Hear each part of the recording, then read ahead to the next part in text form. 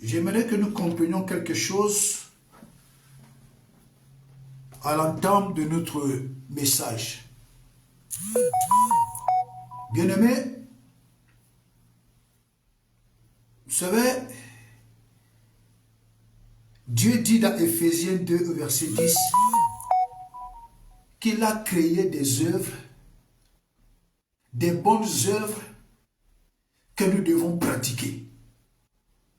Donc, c'est-à-dire que Dieu, avant de nous créer, il a créé également des bonnes œuvres. Dieu, avant de nous créer, il a créé quoi? Des bonnes œuvres, afin que quand nous serons déjà réels, que nous pratiquions ces bonnes œuvres. Alléluia. Dieu crée d'abord un environnement dans lequel il nous dépose. Dieu crée d'abord un environnement dans lequel il nous place. Dieu crée toujours quelque chose avant et il met l'homme dans ce jardin pour le gérer. Alléluia. Bien-aimés dans le Seigneur Jésus. Voyez d'abord l'exemple de Adam et Ève. Dieu a créé le jardin. Dieu a créé le jardin. Il a tout mis dans le jardin. Après avoir créé tout dans le jardin, créé l'homme, créé tout, Dieu a créé quoi? L'homme. Il a fait l'homme à son image et selon sa ressemblance. Il les a déposés dans le jardin pour qu'ils puissent s'en occuper. Alléluia. C'est pourquoi il nous dit dans Jérémie 1 au verset 5 et dans Romains 8 au verset 29 que avant que nous ne soyons formés dans le ventre de notre mère, il nous connaissait. Avant que toi et moi venions à l'existence, que Dieu puisse nous créer, que Dieu puisse nous mettre dans ce corps, nous existions déjà. Dieu nous connaissait déjà dans l'éternité. C'est pourquoi il dit à Jérémie, avant que tu ne sois formé dans le sein de ta mère, je te connaissais. Jérémie était où? Pour que Dieu dise qu'il le connaissait. Jérémie existait déjà dans l'éternité. Jérémie existait déjà quelque part dans le royaume céleste. Et quand le moment est arrivé pour que Jérémie soit matérialisé, Dieu, avant de le mettre dans le ventre de sa mère, Dieu l'a oint, Dieu l'a consacré et Dieu l'a établi comme prophète des nations. Bien-aimé, tu n'es pas venu à Christ au hasard. Tu n'es pas venu à Jésus au hasard. Ce n'est pas un hasard le fait que tu te trouves en Christ. Non. Dieu te connaissait déjà dans l'éternité. Dieu te connaissait déjà dans l'éternité comme il a connu Jérémie. Dieu t'avait déjà préparé dans l'éternité.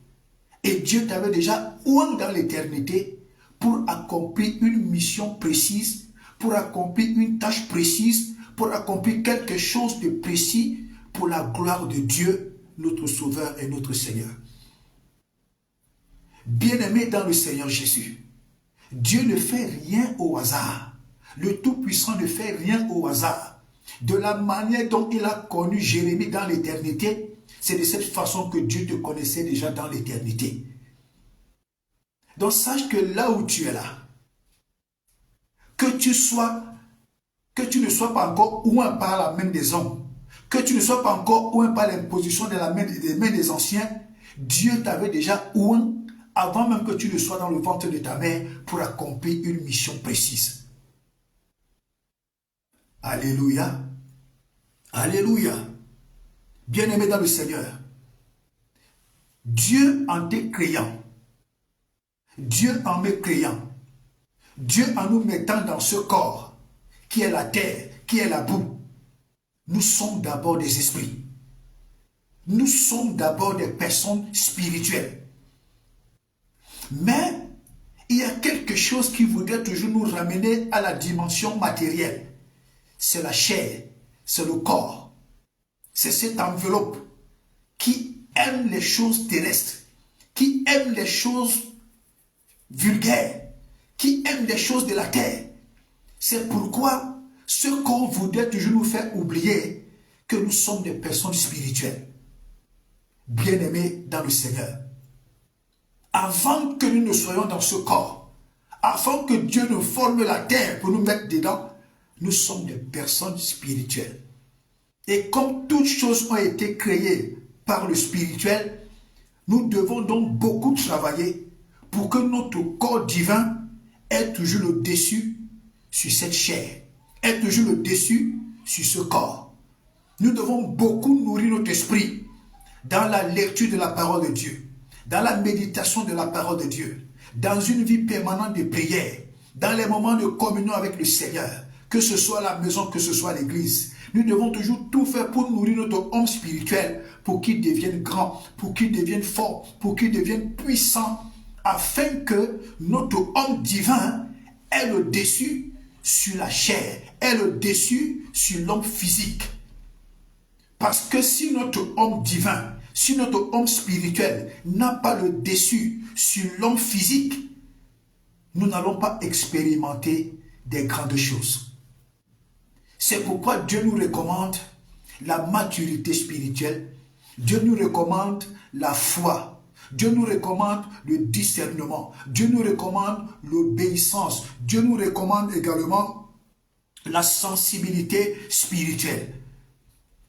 Sans ces éléments, Dieu ne peut pas nous donner accès aux grandes bénédictions. Il ne peut pas. C'est ce qui a causé la chute de Adam et Ève. Dieu a tout créé. Il a mis Adam et Ève dans le jardin. Dieu a seulement dit à Adam et Ève, gérez le jardin. Mais seulement, parmi tous les animaux que Dieu avait fait, il y avait le rusé, dont Satan était parmi ces animaux. Adam et Ève n'ont pas prêté attention, n'ont pas eu du discernement, n'ont pas eu de la sensibilité spirituelle de savoir que parmi tous ces animaux, il faut qu'on soit prudent. Le serpent était parmi, le rusé était parmi. La Bible l'appelle le plus rusé était parmi. Et à cause de la légèreté de Ève, de la légèreté de Adam, ils ont obéi au serpent, ils ont obéi au rusé. Et qu'est-ce qui s'est passé? Dieu les a chassés du jardin. C'est le même processus avec toi et moi. Dieu crée des conditions. Dieu a déjà créé des conditions, des grandes bénédictions, des grandes œuvres, des grandes opportunités, des grandes élévations. Mais si nous ne travaillons pas notre côté spirituel pour avoir le dessus et la maturité, Dieu ne permettra jamais que nous puissions entrer, que nous puissions posséder sa grande bénédiction. Parce que Dieu ne veut pas nous perdre. Dieu ne veut pas te perdre. Si tu n'es pas spirituellement prêt, Dieu ne va pas te donner accès aux grandes bénédictions. Si tu n'es pas spirituellement prêt, Dieu ne va pas te permettre d'entrer en possession des grandes bénédictions. Parce que Dieu ne veut pas te perdre. Comme il a perdu Adam et Ève, Dieu ne veut pas te perdre, toi et moi. Donc nous avons tout intérêt à travailler notre homme intérieur. Nous avons tout intérêt à grandir spirituellement. Nous avons tout intérêt à devenir des personnes spirituellement matures. Nous avons tout intérêt à devenir des personnes qui ont une vie de prière et de méditation. Nous avons tout intérêt à grandir spirituellement, à devenir des hommes matures pour pouvoir expérimenter la gloire de Dieu dans nos vies.